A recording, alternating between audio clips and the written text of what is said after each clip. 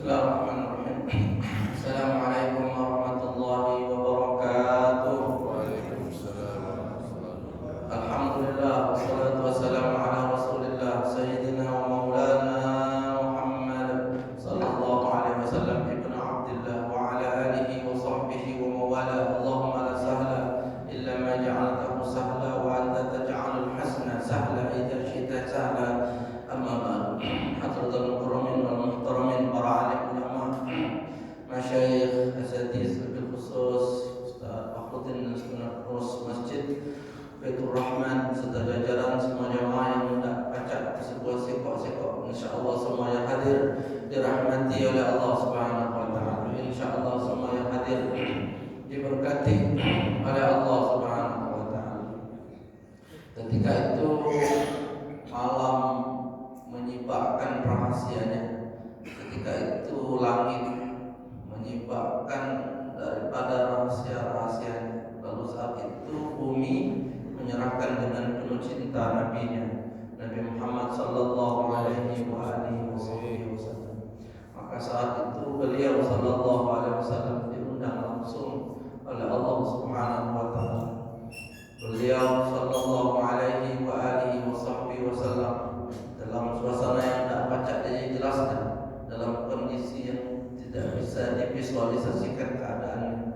Saya ingin mencoba dari sisi kajian tafsir, ingin menjelaskan dalam rangka masih kita memuliakan bulan Rajab ini seputar sedikit saja sisi lain dari keagungan perjalanan indah, perjalanan yang agung bagi Rasul sallallahu alaihi wasallam. Setelah beliau dari Masjidil Haram ke Masjidil Aqsa, dalam surah Al-Isra ayat 1, Subhanalladzi asra bi'abdihi lailan minal Masjidil Haram ila al-Masjidil Aqsa alladzi barakna hawlahu linuriyahu min ayatina innahu huwas samiul basir. Ketika beliau diperjalankan dari Mekah sampai ke Palestina sekarang, sampai ke Masjidil Aqsa sekarang. Lalu beliau Mi'raj.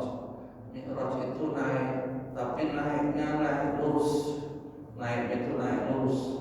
Jadi kalau kita naiknya cak ini, nah itu bukan Mi'raj. Ini eskalator. Tapi naiknya lurus dia. Inilah Mi'raj. Mi'raj itu lift dia. Lurus dia. Lurus. Melampaui langit 1, langit 2, langit 3, langit 4, langit 5, langit 6, langit 7, melampaui alam nasut, melampaui alam malakut, melampaui alam lahut terus. Dan jangan kita mengira bahwa satu langit itu ya satu lapisnya. Satu langit itu ribuan lapisnya. Tobakan an tobak kata Allah. Tobakan an tobak artinya satu lapis itu ribuan lapis. Dan astronot yang katanya sudah sampai ke langit itu belum sampai, Pak. Astronot yang katanya sampai ke langit itu, ke bulan itu belum sampai. Dia baru sampai ke langit dunia. Baru sampai ke langit dunia. Langit dunia itu belum langit pertama. Kalau istilah ilmu perhotelan itu baru basement, belum lobby ya. Lantai pertama lobby, baru basement, belum lobby, belum lantai 1, belum 2, itu baru basement. Langit dunia yang astronot yang dia sampai ke sana itu belum sampai ke langit itu, baru basement, baru langit dunia. Dari mana kita bisa memahami itu? Kata ulama, salah satu ciri langit dunia itu adalah walaqad zayyana as-samaa'a ad-dunya bizinatil kawakib. Kami hiasi langit dunia. Nah, kami hiasi langit dunia dengan bizinatil kawakib, dengan bintang-bintang, dengan planet-planet, atmosfer. Nah, itu dihiasi langit dunia, bintang, planet. Yang katanya para astronot dia pakai alat khusus, tidak baca. Kalau tidak pakai alat khusus, tidak bisa, harus pakai alat khusus. Maka pakaian mereka itu pakaiannya seperti itu. Kenapa? Quran sudah tahu orang-orang yang mendustakan agama Allah, mendustakan ayat-ayat kami, maka dia seolah-olah sesak, napas pun sesak. Yas'adu ka'annama yas'adu fis sama. Dia sesak napasnya, seolah-olah mendaki ke langit. Artinya semakin tinggi ke langit itu semakin mendekati udara, maka perlu alat khusus. Tapi tidak berlaku hal itu dengan baginda Rasulullah sallallahu alaihi wa alihi wa sahbihi wasallam. Nah, sebenarnya uraian Isra itu di surah Al-Isra ayat 1. Surah Al-Isra ayat 1 atau surah Bani Israil ayat 1. Kalau kita tafsirkan, saya tafsirkan Al-Isra ini. Itu kenapa Allah menggunakan kata-kata subhana?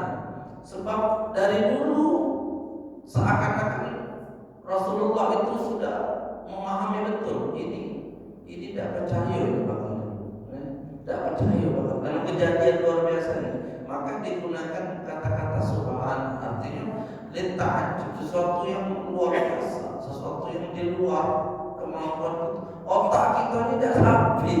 Nah, itu sesuatu yang di luar nalar, otak tidak sampai. Sehingga dari dulu orang banyak yang tidak mempercayai. Dari dulu akhirnya terbagi 3. Satu hanya meyakini dengan jasadnya saja, yang kedua hanya meyakini dengan rohnya saja. Tapi ulama sepakat perjalanan Nabi itu dengan roh dan jasad. Itu salah satunya ulama Dr. Syekh Wahbah Az-Zuhaili, beliau menyatakan rohan wa jasadan, rohan wa jasadan, roh dan jasad. Jadi 3 pendapat, rohnya baik, jasadnya baik, roh dan jasad. Kalau rohnya baik, antum Pak, rohnya antum, rohnya baik. Tapi kalau jasadnya baik, buntang, jasad baik. Ini roh dan jasad. Itu ada yang mengangkatnya dengan sampai tidak percaya, mengangkatnya dengan sebuah hadis katanya. Hadisnya riwayat Aisyah. Kata Aisyah, pada malam beliau Isra Mi'raj itu beliau lagi tidur dekat aku. Kalau tidur dekat aku berarti roh saya. Nah, ini diteliti lagi oleh ulama hadis ini. Oh, tidak pas hadis ini. Sebab ketika itu Nabi di Mekah, Nabi tidur dengan Aisyah itu setelah dia nikah. Dia nikahnya di Madinah. Nah, tidak ada pas hadis itu berarti roh dan kekuasaan Allah Subhanahu wa ta'ala. Ayat pertama, ayat kedua, ayat ketiga, ayat keempat, kelima, keenam, ketujuh, naik lagi terus. Nah, itu saat itu inilah sisi lain yang akan saya jelaskan. Sisi lain saat itu, walau qad ra'ahu nazlatan ukhra. Saat itu beliau sallallahu alaihi wasallam melihat Jibril dalam wujud rupa yang asli.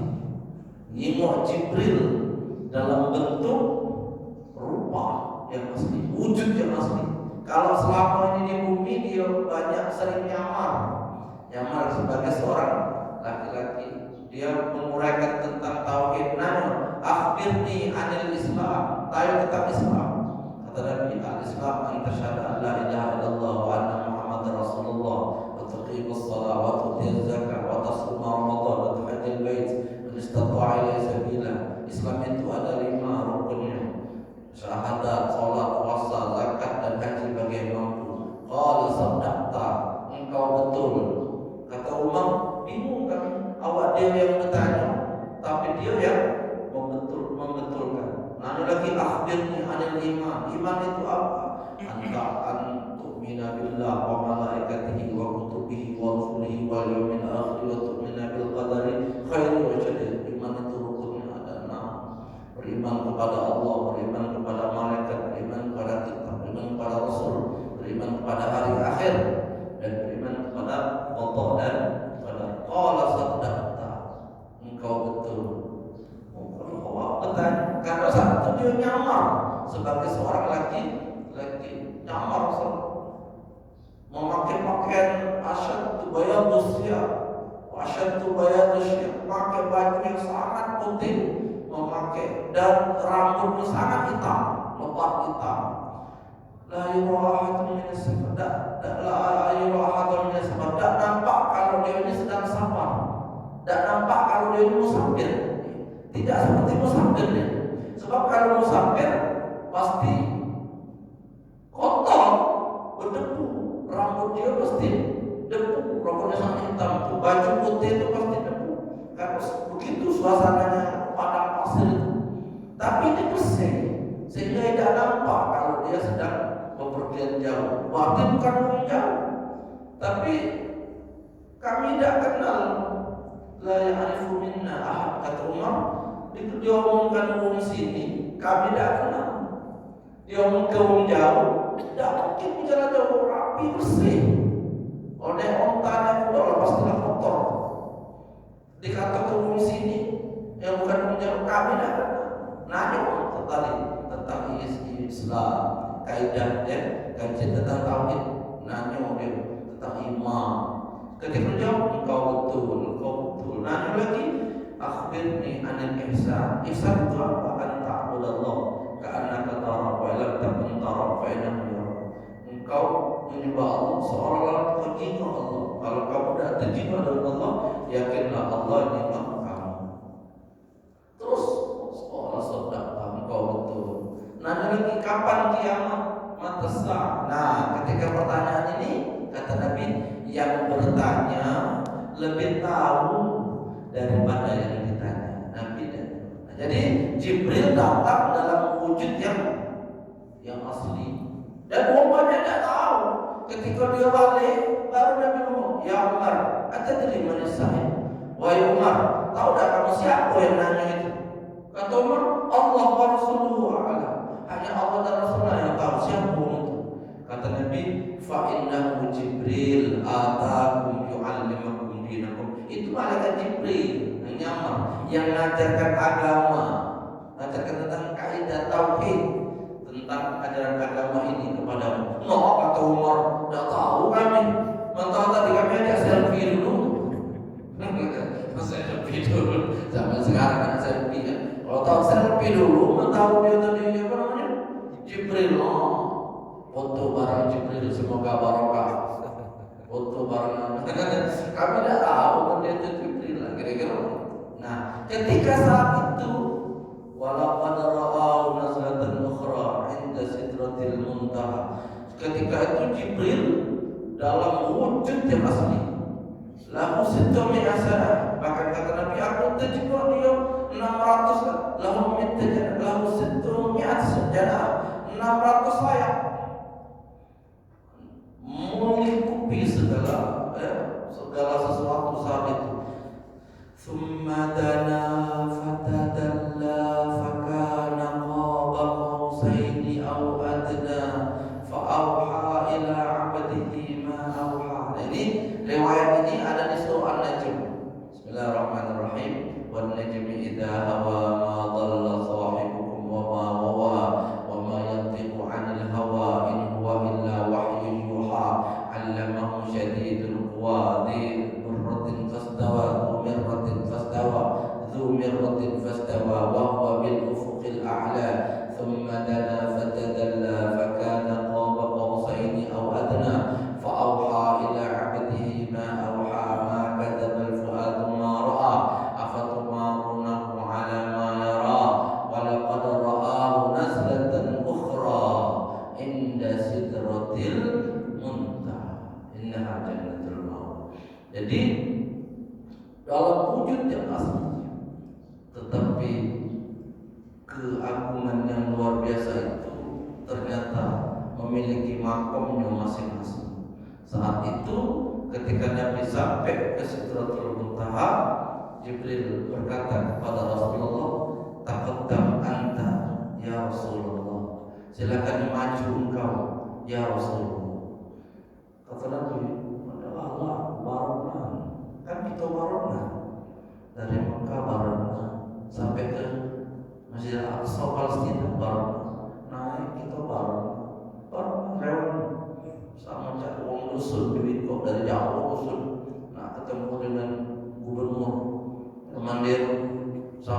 jalan kata dari baik kata kawan lajulah kau itu nak tempat lajulah. Oh iya, wangi. Itu kan barongan dari rusul. Naik mobil kira-kira kan. Wangi. Jibril kata Nabi lajulah. Nabi tak wangi. Akhirnya Jibril berkata, lau khutwatan wahidatan lahar. Seandainya aku bergerak melangkah maju selangkah aku akan terbakar, aku akan hancur. Karena bukan makomku lagi. Lakin anta taqaddamta ya Rasulullah. Tetapi engkau ya Rasulullah, majulah engkau ya Rasulullah. Majulah engkau ya Rasulullah. Dan Nabi ketika maju dalam suasana yang tidak patah dijelaskan bagaimana keadaan, dalam tempat yang tidak bisa divisualisasikan keadaan, dalam segala sesuatu yang penuh dengan keindahan keagungan. Jibril dalam bentuk yang asli itu kan luar biasa, indah, bercahaya. Apalagi ketika beliau sampai ke Sidratul Muntaha, kata Rasul, aku melihat cahaya, aku melihat cahaya yang memenuhi tempat bercahaya. Tetapi pandangan Nabi tetap, dia tidak kemana-mana, pandangan Nabi tetap ke arah. Lalu saat itu Nabi tidak mengucapkan Assalamualaikum. Tidak mungkin Assalamualaikum diucapkan. Semoga kamu selamat. Tidak mungkin. Tetapi Nabi mengucapkan hal yang lebih indah. Kata Nabi, At-tahiyatu mubarakatus salawatu thayyibatu lillah. Segala kemuliaan, segala keagungan, segala keberkahan milik Allah Subhanahu wa ta'ala. Lalu ada jawaban, dijawab, Assalamu alayka ayyuhan nabiyyu. Kesejahteraan, kemuliaan, keselamatan, kedamaian untukmu ayyuhan nabi, wahai nabi. Jadi disebut jabatannya, bukan disebut namanya. Apa maksudnya? Tandanya ajaran Nabi ini berlaku terus sampai hari kiamat. Contoh, kalau sekarang ini kalau kita analogikan yang disebut jabatannya, misalnya kalau datang gubernur, kita nyebutnya gubernur. Kalau disebut gubernur ada terus. Tapi kalau kita nyebut Bapak Herman Deru, dia cuma 2 periode. Ya itu kan? Gubernur, kalau gubernur ada terus. Kita nyebut Pak Ratu Dewa, gitu kan? Kita nyebut Ratu Dewa, ya, misalnya kan. Tapi kalau kita nyebut wali kotanya ada terus, gubernur ada terus, siapapun orangnya, tapi jabatan itu ada terus. Begitulah ketika disebutkan ayyuhan nabi, disebutkan nabi, berarti ajaran nabi ini berlaku terus, ada terus sampai hari kiamat. Walaupun nabi sudah wafat. Kalau disebut nama, begitu dia habis pula, tapi tidak terus. Begitu keutamaan ayyuhan nabi. Maka Quran banyak nyebut ya ayyuhar rasul balligh ma unzila ilaika min rabbik. Wahai Rasul, sampaikan apa yang Allah perintahkan kepadamu, sampaikan. Jangan disembunyikan. Tunjukkan ini barang itu sampaikan. Jangan disembunyikan. Aduhnya ada ini Pak. Aku nak nengok ini Pak. Tunjukkan. Tidak boleh diam-diamkan. Jadi itu namanya khidmat. Kalau menyembunyikan, Nabi kita boleh harus menyampaikan. Mana barang ini? Nah, ada. Ditunjuk ke. Jadi orang percaya. Kalau tidak ditunjuk ke orang, cari orang aku maju. Tunjuk ke dia. Ini apa? Nah, buktinya. Itu. Dijenguk orang, diraba-raba dia. Tidak. Ada dia di sini nak kalimatnya. Kalau kalimatnya dalam ini lah Pak, kalimatnya. Pokoknya ada begini. Hilang jadi. Tunjuk keluar juga ya. Cuma ada baca misalnya. Rasul dah baca. Tunjuk. Jadi itulah hebatnya baginda Rasul Sallallahu Alaihi Wasallam. Maka dia adalah namanya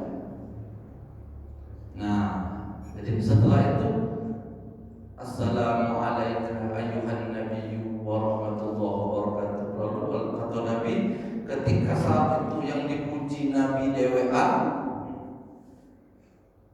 malah Nabi ngajak kita assalamu alayna wa ala ibadillahis sholihin. Segala kemuliaan, kedamaian alaina atas kami, wa ala ibadillahis sholihin, dan seluruh hamba-hamba Allah yang soleh. Jadi Nabi ngajak kita. Kita ini kan lain. Kalau satu baru baca, lupa dah ajak, gitu kan? Kalau lemah, dah ajak, susah bacaan. Nabi dah. Saat itu dia dewa yang dimuliakan, tapi Nabi ngajak assalamu alayna wa ala ibadillahis sholihin. Baru asyhadu an la ilaha illallah. Ini kan asyhadu an la ilaha illallah. Menurut pendapat Imam Hanafi, asyhadu an la ilaha illallah turun. Enggak usah digerakkan lagi. Enggak usah digerakkan sampai innaka hamidum majid.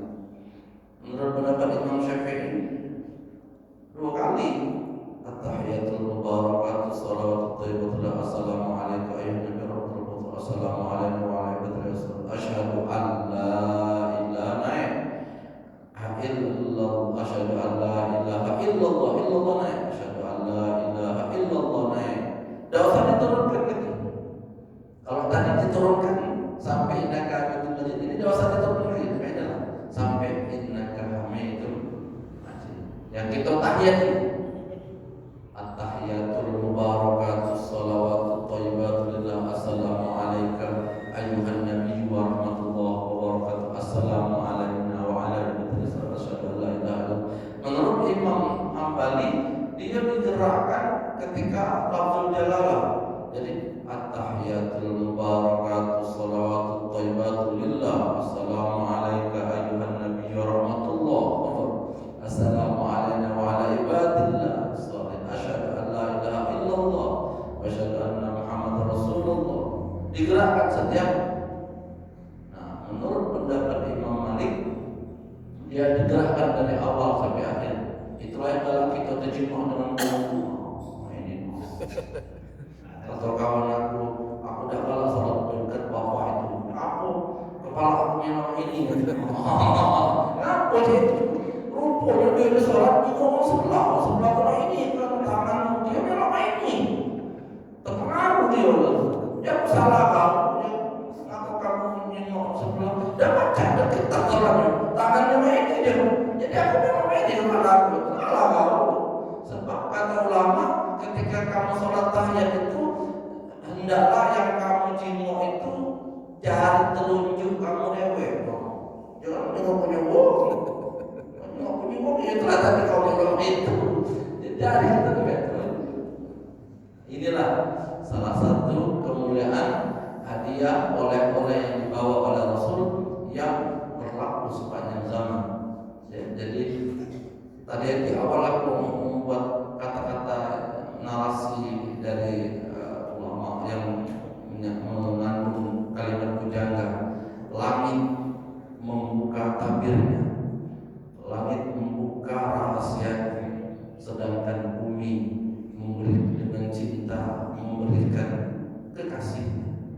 Lalu Isra Mi'raj memberi pesan abadi bahwa ketaatan dan menjaga sholat itulah menjadi insan yang sejati. Nah, inilah yang mudah-mudahan kita termasuk orang yang menjaga sholat tadi. Amin ya rabbal. Kalau yang nanya kami persilakan ya, yang nanya. Sengaja saya mengambil ini karena posisi kita sekarang di akhir-akhir bulan Rajab. Sudah tanggal berapa? Kemarin kita libur ya, tanggal merah kemarin. Jadi saya mengambil kajian itu. Sebenarnya kalau dijelaskan itu dahsyat ya, luar biasa ya. Ada kitab yang kalau dia menjelaskan itu, misalnya di antaranya ada Tafsir Al-Munir fil Aqidah wa Syariah wal Manhaj. Itu dia menjelaskan ya,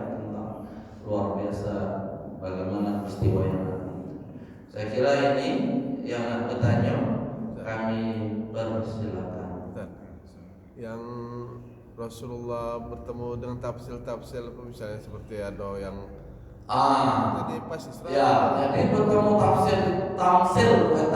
tamsil itu Isra. Aku tadi langsung ke Mi'raj. Itu Isra. Subhanalladzi asra bi 'abdihi lailan minal masjidil haram ilal masjidil aqsa. Dari Masjidil Haram sampai ke Masjidil Aqsa itu beliau banyak diperlihatkan. Di antaranya tamsil, dan di antaranya juga tempat Nabi, misalnya kata Jibril, kakek kau hijrah ke situ. Nah ini tempatmu, dia cerita tuh ya. Jadi kalau kita berjalan-jalan ada guide. Nah Bapak Ibu, sebelah kanan kita ini, sebelah kiri kita ini. Jadi ada tafsirnya, tempat itu kakek ini, tempat itu kakek dijelaskan. Ada juga ketika Nabi Mi'raj ditunjukkan juga tamsil pemandangan. Ada juga Nabi saat itu nino Adam. Jadi Adam noleh ke kanan senyum, Nabi Adam. Noleh ke kiri nangis. Noleh ke kanan senyum, noleh ke kiri nangis. Apa itu? Apa maksudnya? Jadi karena ternyata Nabi senyum, Nabi Adam, karena kakek banyak masuk surga umatnya. Ternyata dia nangis ke kiri karena banyak juga yang masuk neraka. Ya tamsil ya, bukan tafsir, tamsil, perumpamaan. Nabi terjenguk dengan orang tua, nenek tua, ketika itu lagi berais, nenek tua dia berais. Apa itu wahai Jibril, kata Nabi? Kata Jibril, itu perumpamaan tamsil dunia kita ini lah tua, tapi semakin berhias. Dunia kita ini sudah tua, tapi semakin berhias. Umurnya tua, makanya semakin berhias itu gedung-gedung pencakar langit, tempat yang. Jadi kalau kamu nak ke rumah wong, misalnya, pokoknya rumah bapak itu, kalau aku ke rumah dia ada pisang, di simpang itu ada pisang. Nah, dekat itulah rumah dia, udah ketemu. Ayo lagi pisang dekat lagi. Nah, ada kan kalau kita dulu tua dulu, pokoknya rumah bapak itu dekat simpangan ada pisang. Nah disitulah rumah dia dekat pisang itu. Pisang yang apa? Lah sekian tahun kata lagi pisang itu terbang uang. Semakin berganti lagi dengan apa namanya? Dengan apa? Semakin ini menata apa? Banyak gedung-gedung bertingkat, semakin bagus ya, semakin bagus. Nah, jadi tapi dunia ini sudah tua, sudah sangat lama dia akan menuju kepada kehancuran. Maka dunia ini sifatnya dulu laha sifat ad-dunya laha sifatan imma ayyakuna hajiran aw mahjur. Ya, imma ayyakuna hajiran aw mahjuran. Yaitu apa? Pertama, dunia meninggalkan kita atau kita yang meninggalkan dunia. Dua itulah sifat. Dunia meninggalkan kita atau kita yang meninggalkan dunia. Jadi dunia meninggalkan kita maksudnya kebakaran. Dunia meninggalkan kita, rumah habis, kecelakaan, mobil hancur. Tapi kita hidup, kita selamat. Barang-barang itu habis. Banjir, habis kan? Banjir kemarin toko mobil. Okay? Kalau kita ini mau itu ya, toko mobil tersapu banjir. Kita selamat misalnya. Nah itu dunia meninggalkan kita. Atau kita meninggalkan dunia. Kita mati, rumah kita masih ada, mobil bergerak, kita yang mati, kita meninggalkan dunia. Itu sifatnya dulu, tak bisa kita lama-lama tak bisa. Kenapa? Karena memang begitu. Bahkan dikatakan oleh para ulama, lokanatid dunia tadumu liwahidin lakana fiha Rasulullah mukhalladan. Law kanatid dunya tadumu liwahidin lakana Rasulullah sallallahu alaihi wasallam fiha mukhalladan. Seandainya dunia ini kekal bagi satu orang, seandainya dunia ini kekal bagi satu orang, maka satu orang itu yang berhak hidup lama-lama itu adalah Rasulullah sallallahu alaihi wasallam. Tapi tidak kekal, tidak kekal dunia ini. Bahkan Rasulullah juga meninggal. Jadi itu seandainya kekal dan ada orang yang berhak hidup menempatinya hanya satu, kata-kata ulama. Law kanatid dunya tadum, itu ada sayangnya. Law kanatid dunya tadumu liwahidin lakana Rasulullah fiha mukhalladan. Ada itunya. Ada apa namanya? Ada ini persidangan. Ada persidangan. Betul lagi. Nah, jadi sebenarnya dapatkah kita nak membanggakan di dunia ini? Bahkan kita dewa bisa habis, kita dewa bahkan pergi. Cuma kita belum tahu. Cuma kita tidak tahu sampai kapan batasnya. Itulah kenapa disebut dengan apa namanya? Disebut dengan ajal. Ajal itu artinya habis masa kontrak, Tidak masuk. Apa lagi? Nah, itulah jawabannya. Jadi tamsil artinya perumpamaan. Jadi Nabi itu, jadi Pak, kalau kita berjalan, kalau Bapak berjalan di tempat yang belum pernah, Bapak diam apa Bapak ngomong? Kalau Bapak berjalan, kalau kita berjalan, Bapak berjalan naik mobil ke tempat yang tidak pernah dikunjungi, Bapak diam, tembok masa apa Bapak nyingok kiri kanan? Nyingok, kecuali Bapak tertembok, mobil meninduknya itu. Aku kalau pergi di tempat yang belum pernah pasti nyingok aku. Apalagi kita ada kain waktu kami petugas haji 2023 dulu, kan kami itu ziarah kemana-mana ziarah, diajak oleh KBH itu, di antaranya ke Taif misalnya. Dari sepanjang jalan itu kan dijelaskan di kanan itu ada apa, kiri itu ada apa, dulu Nabi itu di sini segala macam dijelaskan itu. Jadi aku pernah jelaskan dengan jemaah, Bapak Ibu di depan kita ada ini, di kiri kita ada ini, itu jelas dengan jemaah. Atau jemaah hebat dan seorang tahu kalau dia tidak tahu, aku nanya sopir. So pakai bahasa Arab kan, kita ajak sopir pakai bahasa Arab ngobrol. Ya, ayo halatin wa halatin hawlana ala yasif lana bas itu deh. Awak mana cerita? Aku jelaskan Bapak Ibu sebentar lagi silakan lihat sebelah kanan di bus itu kan. Sebelah kanan kaki ada inilah tempat dulu dijelaskan. Paknya orang tahu kalau waktu sebelah kiri ada. Hebatnya dipuji-puji gitu. Tidak tahu dia, kita nanya sopir dulu. Sopir mana?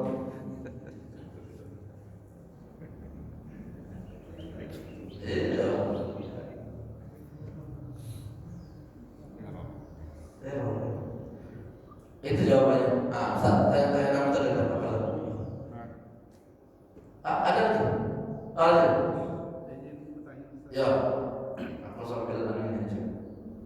Dan dalam pemahaman Wahabi itu mereka berpendapat bahwa Allah itu bersemayam di aras Ar-Rahman al-Istawa. Ar-Rahmanu 'alal 'arsyistawa.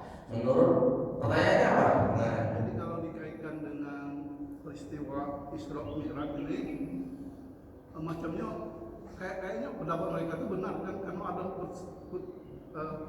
peristiwa Mi'raj itu Rasulullah berangkat ke Sidratul Muntaha. Macam mana penjelasannya? ulama Ahlus Sunnah wal Jamaah tidak boleh menyatakan tempat bagi Allah. Allah tidak menempati ruang. Allah tidak menempati ruang. Jadi kalau Allah di atas aras, maksudnya Allah Subhanahu wa taala itu maksudnya adalah Allah tuh memberikan apa namanya? Kalau bahasa kita tuh memberikan ada kekuasaannya. Jadi bukan berarti Allah tuh tinggal di situ. Jadi tidak boleh kita kalau ulama Ahlus Sunnah dia tidak boleh menjazamkan Allah itu seolah-olah sama dengan makhluk. Cak ini di atas kursi, ya, di atas ini. Apa maksudnya?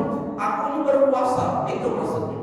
Bukan berarti aku ini di atas kursinya, di atas arasnya.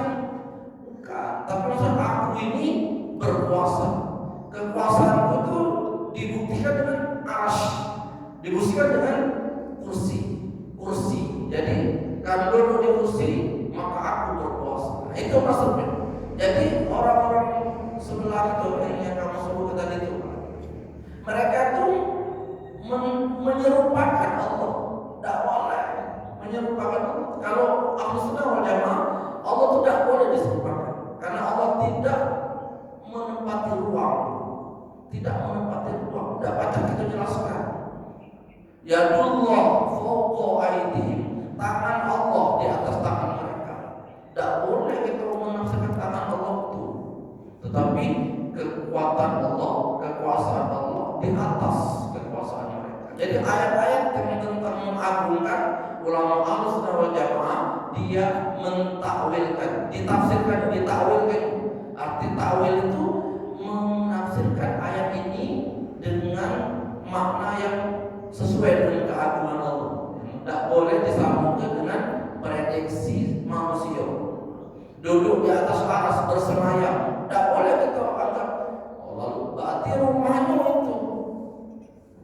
itu tempatnya, rumahnya, lokasinya. Nah, kita tidak tahu di mana lokasi karena kekuasaan Allah. Nah, jadi di kelemahan mereka itu, mereka langsung menafsirkan yang itu. Padahal yang dimaksud dengan alam asyarati itu sebagai tanda Allah itu memiliki kuasa, kekuasaan Allah. Ya. Jadi kalau kenapa orang itu raja itu duduk di singgah sananya? Karena saat itu dia memiliki kuasa. Jadi kuasa ditafsirkan lagi oleh Allah. Jadi ketika Allah bersemayam di atas aras, bukan berarti Allah tinggal di situ. Bukan. Allah tidak memerlukan ruang, tidak memerlukan tempat. Berarti misal contoh ya, Allah bersemayam di atas aras, duduk di aras ya. Berarti aras itu lebih besar dari Allah. Kalau kita duduk di kursi, berarti kursi itu lebih besar daripada kita. Kalau kecil kan ini cepat. Kalau kecil kan berarti terbalik kita nyampak. Kalau kursi itu kecil, berarti kursi itu harus lebih besar. Kayak ini kan. Kalau dia kecil tidak muat dengan aku, karena ini besar. Nah, kira-kira seperti itu. Berarti dia menggambarkan lebih besar benda, zat, makhluk daripada Allah. Nah, disitulah kelemahan mereka. Kita Ahlus Sunnah wal Jamaah ini hebatnya ada namanya tafsir, ada namanya takwil. Tapi makna yang disebutkan Allah bersemayam betul secara literal, betul, sehingga kita mengatakan secara lafzi betul. Tapi kan secara maknawi yang harus ditafsirkan. Nah, mereka tuh habis-habisnya itulah, batas itulah tidak ditafsirkan lagi, dan itu bagian semacam ada. Berarti kita menganggap Allah itu sama dengan kita.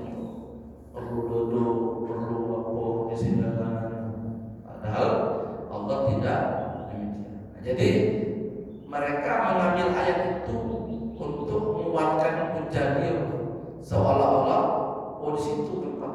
Na'udzubillah, tsumma na'udzubillah. Jadi ayatnya betul, terjemahnya betul, tapi harus dimaknakan lagi.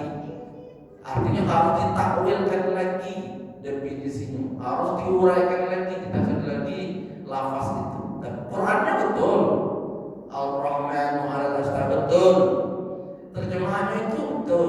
Tapi apakah begitu hakikat maknanya? Nah, ini kita tafsirkan dulu, takwil lagi. Nah, seperti itu Pak. Sehingga kita tidak baca namanya. Kalau kita mau mengikuti omongan dia, membetulkan, khawatir ini. Khawatir berarti kita seolah-olah mengakui Allah itu menempati ruang, Allah itu perlu tempat. Nah itu, makanya tidak boleh kita menyatakan Nabi itu jiwa Tuhan. Tidak boleh sebenarnya. Dalam hadis kata Rasul, aku melihat cahaya. Berarti Nabi tidak baca saat itu. Aku melihat cahaya. Di riwayat seperti itu. Ya Rasulullah, apakah engkau melihat Tuhan? Aku melihat cahaya.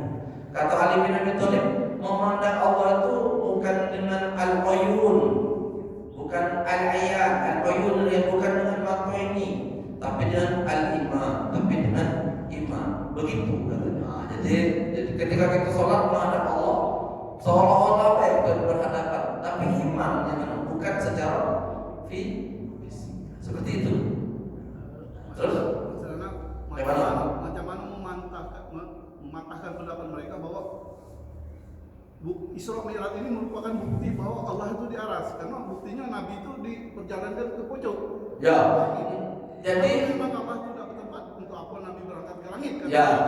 Jadi cara mematahkannya, Allah itu mengundang Nabi untuk ditunjukkan SK-nya, SK perintah sholat, yaitu di Sidratul Muntaha. Nerima SK-nya baik, bukan dia dalam pengertian langsung terjimok dengan Allah. Allah mengundang, misal aku mengundang Bapak, Pak, Bapak kayak datang ke kantor camat situ, ya, untuk menerima SK.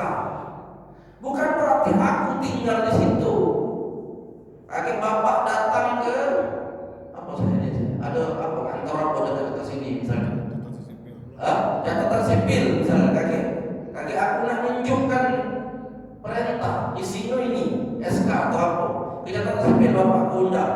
Bukan berarti aku tinggal di situ, tapi nyerahkannya itu ke situ. Nah, kira-kira itu. Jadi kita bisa memantau dengan mengatakan, oh itu lokasi tempat Nabi menerima perintah sholat. Bukan disitulah tempat Allah, bukan disitulah bersemayamnya, bukan. Tapi Allah ini mencoba menerjemahkan bahasa melalui bahasa kita agar kita paham. Misalnya rumah Allah, masjid ini rumah Allah. Maksudnya supaya kita ini mentakzimi masjid ini, jangan membuat kegaduhan di masjid, supaya kita memuliakan masjid. Itu maksudnya. Nah, bukan berarti Allah tinggal di sini, bukan. Nah itu yang saya maksud. Jadi beliau diundang ke langit Isra Mi'raj itu untuk menerima perintah salat di situ. Di situ Allah menunjukkan perintah salat. Bukan berarti Allah itu ditinggalnya di situ. Diundang dia ke situ. Karena kita tidak ada yang tahu, bahkan tidak boleh kita menyatakan Allah itu di situ tinggal, di lokasi Allah tersebut itu tidak boleh. Nah, jadi itu cara kita ini. Kenapa? Karena kalau kita menyebutkan Allah tinggal di situ, berarti Allah dalam itu, dalam Sidratul Muntaha itu Allah. Berarti Sidratul Muntaha lebih besar dari Allah. Jadi itu dia. Rumah Allah, masjid, dalam masjid. Berarti masjid ini lebih besar dari kita, kan? Ya betul lah. Nah, kita ini, ya di masjid, kamu video ini di masjid. Silakan ambil lain di masjid. Nyerahkannya di masjid. Bukan berarti Allah tinggal di masjid. Kira-kira itu. Kalau kita menemukan Allah tinggal di masjid, berarti masjid itu lebih besar daripada Allah. Nah inilah yang ulama jamaah menyatakan, apapun penjelasan tentang Allah yang harus kita pahami, yang harus kita mengerti bahwa Allah tidak tempat, memerlukan ruang, itu kan.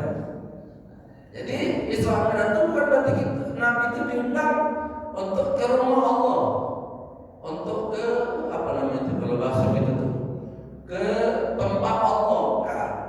Itu tempat untuk dia menerima perintah sholat. Sebab Rasul tidak bisa melihat Allah. Dikatakan dalam riwayat itu kata Nabi, Pak Mama aku nak nengoknya. Sementara sinar baru cahaya baru. Tapi suara yang assalamualaikum ada suara itu. Nah, seperti itu Pak. Jadi kesalahan mereka mujassimah itu mereka menganggap Allah itu sama dengan kita, butuh tempat. Itu kesalahan mereka. Sementara kita tidak boleh mujassimah. Jadi makanya cara mengatakannya Nabi menerima kita salat di situ. Bukan berarti Allah tinggal di situ. Tapi itu tempat yang tinggi. Cak kita nih. Misalnya tadi kata beliau duk capil, tidak ada lagi selain duk capil kecuali di situ. Nah, kira-kira itu. Tidak ada lagi tempat yang apa namanya untuk nyerahkan berkas kecuali di duk capil kira-kira yang paling tinggi kira-kira macam itu. Yang lain mungkin lurah, camat, misalnya. Cuma lain kalau yang di tempat di duk capil, kira-kira macam itu. Kalau kita tapi bukan berarti yang menyerahkan itu tinggal di situ. Bukan berarti dia menempati rumah. Seperti itu cara kita memahami. Memang kita ini kadang-kadang digiring. Tapi kita harus kuat akidah kita bahwa Allah itu la yudrikul absar wa huwa yudrikul absar. Yang dapat kita baik secara mata kita maupun secara zahir kita dapat. Walam yakul lahu kufuwan, tidak ada satupun yang bisa menyerupai, sehingga kita pun tidak bisa menyerupakan Allah. Nah seperti itu kira-kira. Ya. Ada lagi?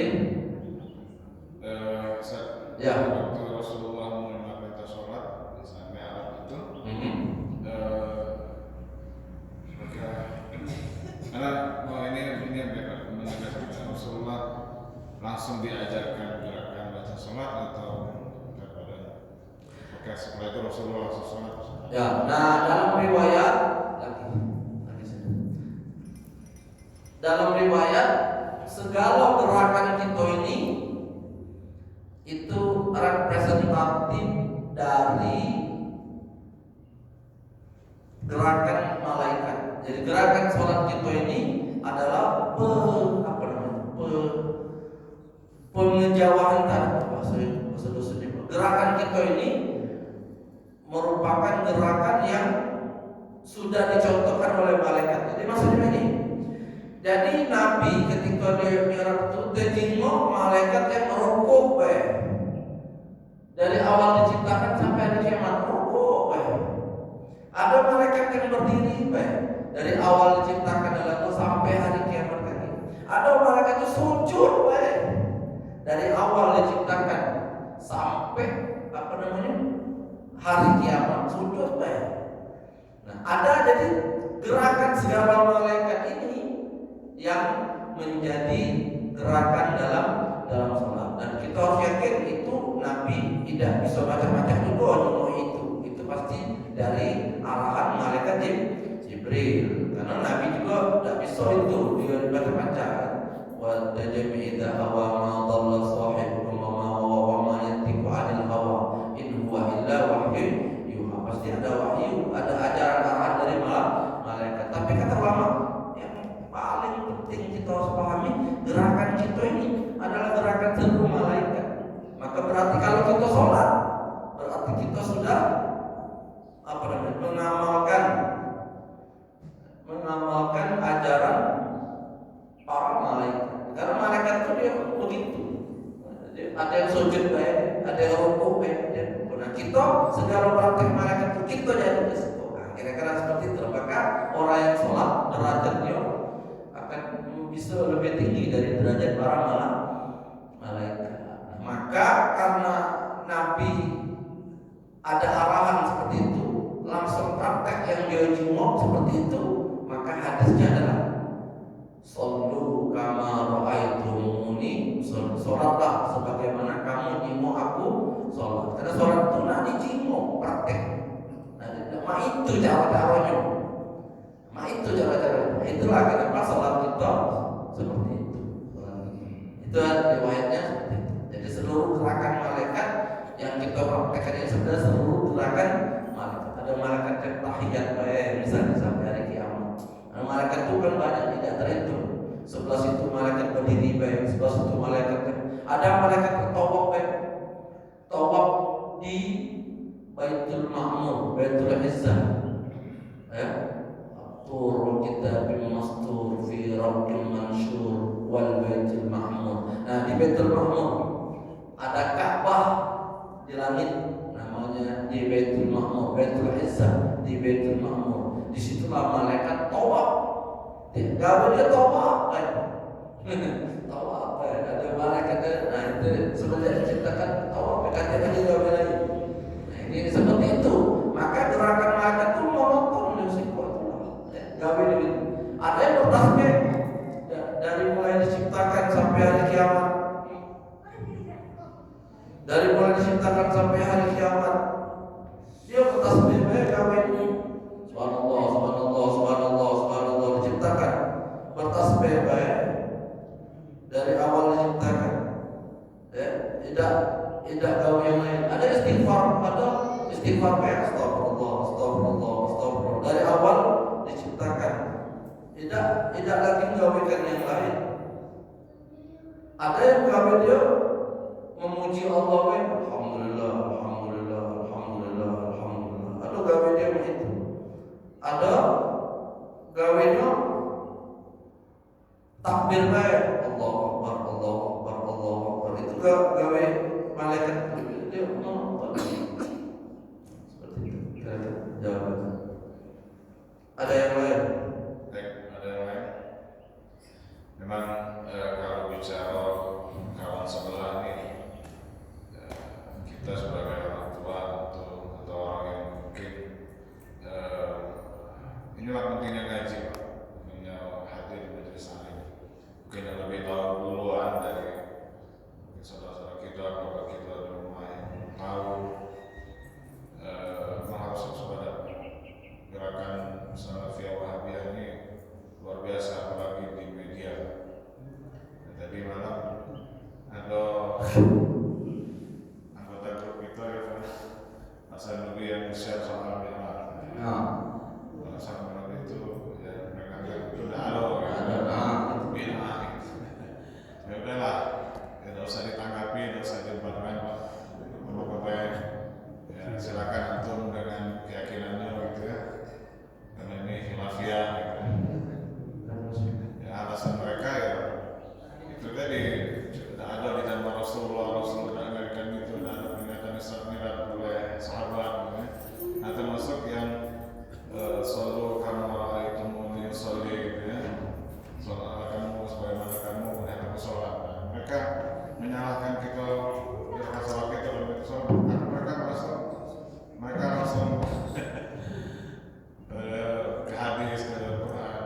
Itulah sholat mereka yang benar sebagaimana Rasulullah ajarkan. Karena kita belajar bisa sholat dengan melalui ulama. Jadi memang ini Ya. dan saya sekarang ini di akhir zaman ini luar biasa. Dan mereka ini memang ya saya tahu Pak, pengalaman saya pribadi, modal kuat. Doa kita itu Allahu Akbar kabiru. Tidak. Itu Nabi tidak mengamalkan itu. Nabi bukan Allahu Akbar kabiru. Tapi di kitab salaf ada itu riwayat ketika sahabat membaca Allahu Akbar kabira walhamdulillahi katsira. Doa iftitah. Kata Nabi, siapa yang baca tadi? Selesai sholat Nabi ngomong siapa? Kata sahabat, saya ya Rasulullah. Kata Nabi, berebut malaikat, terbuka langit, berebut malaikat mau apa namanya barokah dari kalimat itu. Luar biasa waktu terbuka langit, berebut malaikat barokah dari. Nah, kata Ibnu Umar, anak Umar bin Khattab, kata Ibnu Umar, semenjak aku dengar itu, aku tidak akan pernah berhenti membaca Allahu Akbar kabir. Padahal bukan ajaran Nabi. Itu masyarakat tuh kan, kalau ini harus pokoknya kalau Nabi tidak gabaikan, tidak. Makanya Isra Mi'raj tidak setuju Maulid karena Nabi tidak gabaikan. Oh, ibu pikir otak gitu. Dan lalu Nabi mengadakan peringatan Maulid. Mari kita ada peringatan Maulid. Jadi tokoh tentang Nabi. Peringatan Maulid itu jadi tokoh tentang Nabi. Mereka tidak perlulah sama-sama peringatan Maulid. Kalau mereka terjinuk dengan Nabi tiap hari. Kita ini perlu memperingati karena kita tidak terjinuk dengan Nabi. Maka perlu peringatan. Tujuannya apa? Menceritakan tentang riwayat Nabi, menceritakan tentang kisah dakwah Nabi, akhlak Nabi. Zaman Nabi tidak ada memang. Kenapa? Karena mereka tiap hari terjinuk dengan akhlak Nabi, dengan perjuangan Nabi, dakwah Nabi. Nah itu kayak cara kita memahami kajian-kajian yang tidak, yang Maulid Sami'na. Nah, contoh ya, sekarang ini timun halal dan timun halal, ya.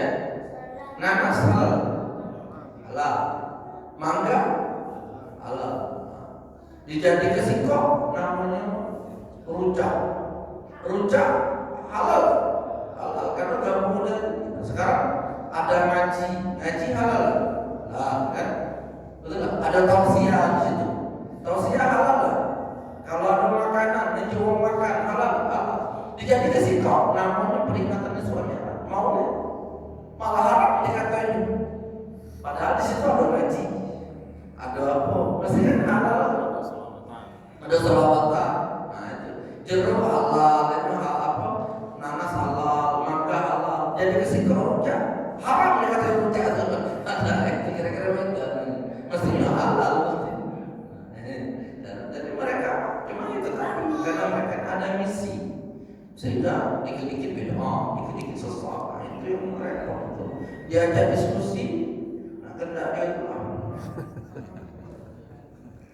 Baik, tapi disclaimer ya, yang mikro itu belum tentu dia tuh salafi Wahabi, belum tentu. Tapi dari omongan itu yang membinakan, menyesatkan itu memang Jadi yang namanya pengajian ini, Bapak Ibu, pengajian ini tujuan kita untuk supaya silaturahmi terjalin. Kedua, supaya kita menambah ilmu. Jadi kalau kajian itu malah tujuannya nyala-nyalakan memecah belah dan membenci, itu bukan taklim itu. Ya, sudah cukup ya, sudah sampai jam 6:30. Satu lagi sangat penting tadi. Ya, betul. Selalu ngomong bahwa mereka langsung ke sumber. Bukan, aku tidak salah jawab Pak. Aja Pak. Kita ini kan selama ini tahunya kan ada 4 mazhab. Ya. Dengan mereka katanya tidak bermazhab. Ya. Gimana Pak?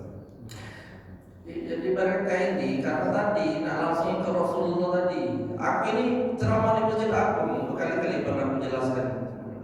Aku ceritakan ke kepala ceramah. Disalahkan waktu itu punya dengar ceramah ini. Aduh, Wahabi sih kok ada bahasa komentar saya nanya ini kan. Karena dia ikut Nabi, tidak ikut mazhab. Aku tanya balik Pak. Kau sholat, bayar zakat. Jangan cara kau bayar zakat. Ya seperti biasa makin beras. Kata dia, nah ajarku. Kalau kau kata zakat fitrah makin beras, selama ini makin beras saja beras. Nah, berarti selama ini kamu bermazhab. Kalau selama ini kamu bayar zakat pakai beras, bermazhab. Sebab apa? Nabi tidak pernah pakai beras. Ngapa boleh zakat pakai beras? Menurut pendapat Imam Mazhab, yaitu Imam Syafi'i.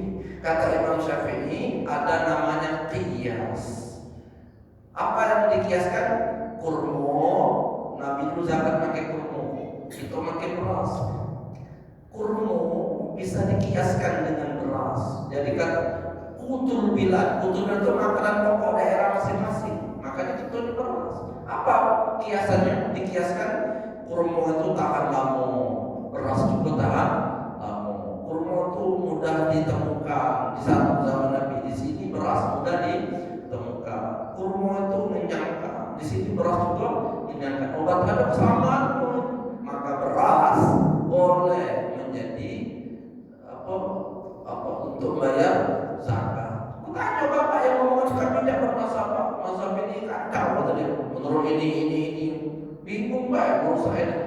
Berarti bapak bermazhab itu sebenarnya. Cuma bapak tidak paham beda arti bapak itu bermazhab Imam Syafi'i. Sebab kalau bapak tidak bermazhab, bapak zakatnya pakai kurma, karena Nabi tidak pernah pakai beras. Belilah kurma banyak-banyak untuk bapak, anak bapak, bini bapak, saudara juga kurma. Kalau dia zakatnya nak nurut Nabi, tapi boleh pakai beras. Kenapa? Karena dikiaskan dengan kurma. Berarti zakat pakai beras sah, dan zakat pakai beras sah ini adalah pendapat daripada Imam mazhab dari Imam Syafi'i. Sehingga kita merasa, kenapa? Karena kita langsung Quran hadis kita tidak paham tentang sholat itu, kita tidak paham. Kalau kita langsung Quran hadis, siapa yang paham? Para ulama-ulama ini, ulama-ulama mazhab ini yang jelaskan. Maka kita belajar ulama-ulama mazhab ini menjelaskan. Akhirnya turun temurun sampai ke guru-guru kita, sampai ke kita. Karena dari guru-guru kita, dari guru lagi bersanad. Nah, seperti itu.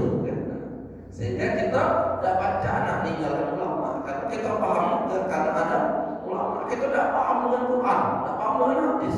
Dia selalu ngomong kembali ke Quran hadis. Apalagi yang dalam pakai podcast itu. Oh, selalu tuh hebatnya itu. Padahal dia baca ketahuan dia nyari bahan di YouTube, nyari bahan di Google. Wah, kalau ulama itu jadi ketahuan awak dia belajarnya itu nyalakan. Jadi itu Pak. Jadi kenapa kita di Indonesia ini mayoritasnya Imam Syafi'i, Malaysia, Brunei Darussalam, tapi tempat lain Arab Saudi dia Hambali itu tidak pakai kuno, yang Syafi'i pakai kuno. Tapi harus paham gitu, mazhab itu bukan agama. Al-madhabu laisa din. Mazhab itu bukan agama. Al-madhabu huwa thariqah. Mazhab itu jalan untuk kita mengamalkan agama. Contoh, nah ke Masjid Agung, silakan kamu pakai mazhab melalui jalan Sudirman. Silakan ikut mazhab melalui jalan Merdeka. Silakan melalui 22 Ilir. Nah, mazhab itu thariqah, jalan. Yang penting sampai ke Masjid Agung. Nah, kira-kira itu. Silakan itu Syafi'i, Maliki, Hambali. Yang penting dia bisa beramal, amalan dia ini sesuai dengan amalan Rasul. Karena ulama ini juga mengamalkan ajaran Rasul. Yang penting itu Masjid Agung. Nah, Merdeka, dari Merdeka silakan, dari Jalan Sudirman silakan, dari 22 ini yang jualan yang apa tuh, yang mie celot silakan, pasti pada nyambung tuh. Nah, kira-kira seperti itu. Yang penting dia. Jadi mazhab ini bukan agama. Kalau agama, mazhab adalah agama, bahaya.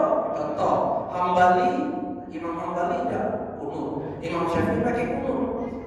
Bahaya kalau ini dikatakan agama. Karena dia bukan agama, maka jadi bersalah. Bukan agama kan? Pemahaman, bukan agama. Thariqah, jalan. Jadi silakan. Yang nak kunut, yang nak tidak. Sama kayak tadi kan.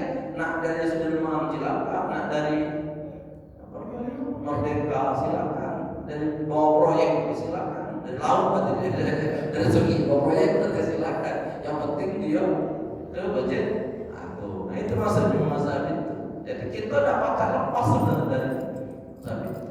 Karena negara-negara lain di dunia ulama-ulama besar itu juga berzhab. Imam An-Nawawi yang kitabnya luar biasa hebat, dia bela mazhab, ikut mazhab Imam Syafi'i. Imam An-Nawawi itu orang mampu ilmu. Bahkan dia dikatakan Syafi'i dua, saking hebat ilmu. Syafi'i dua, saking hebat ilmu.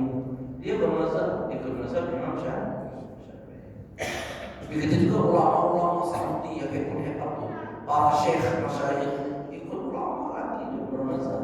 Begitu juga dengan ulama-ulama Al-Azhar Mesir, mereka ikut. Seperti itu Pak. Baik, panjang Pak. Kalau sering tentang kawan sebelah itu. Iya, panjang. Itu nak kena itu lah.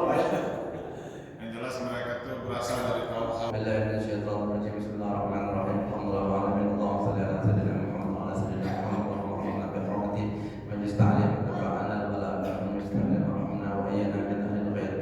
التعليم. ربنا آتنا في الدنيا حسنة وفي الآخرة حسنة وقنا عذاب النار. صل على سيدنا محمد وعلى آله وصحبه